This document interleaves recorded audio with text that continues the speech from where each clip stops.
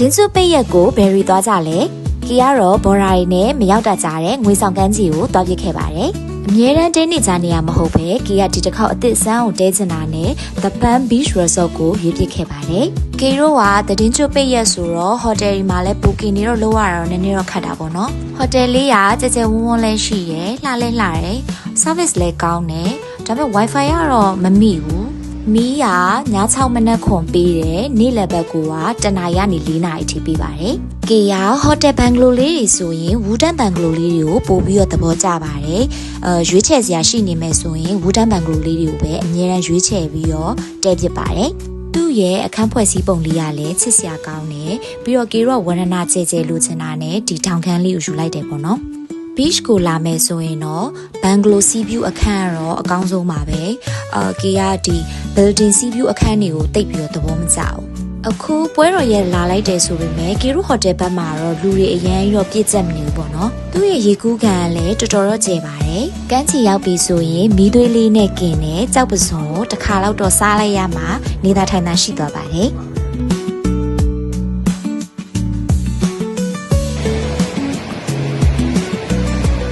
ကမ်းခြေသွားရမှာကိုရိုးသွားဘူးကြလားကေကတော့ဘယ်တော့အခါမှမရိုးသွားဘူးပါဘူး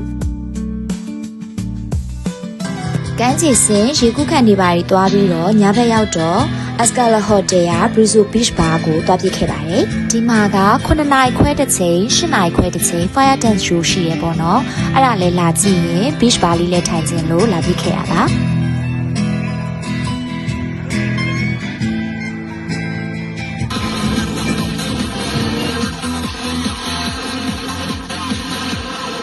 feel ashamed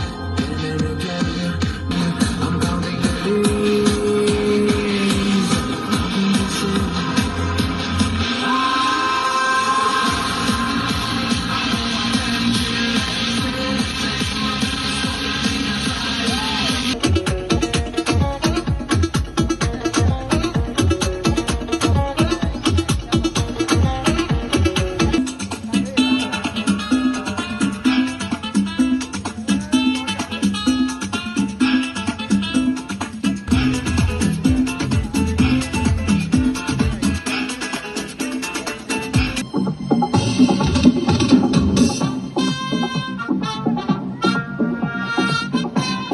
တရင်ကျွန်းလာပြည့်နေညဆိုတော့လာမင်းရလဲတာလို့ကမ်းခြေမှာဆိုတော့တိတိကျကျလဲမြင်ရတာပေါ့နော်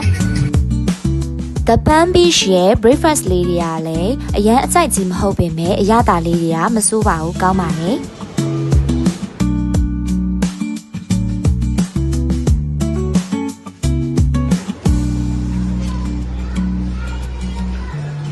ရဲ့ vacation vlog လေးရလဲရှင်းနေပြီဆိုတော့ဒီလောက်နဲ့ပဲအားလုံးနှုတ်ဆက်လိုက်ပါတယ်နောက် vlog ဒီမှာပြန်ဆုံမယ်အားလုံးပဲ bye bye like and follow လေးမမေ့နဲ့အောင်နော်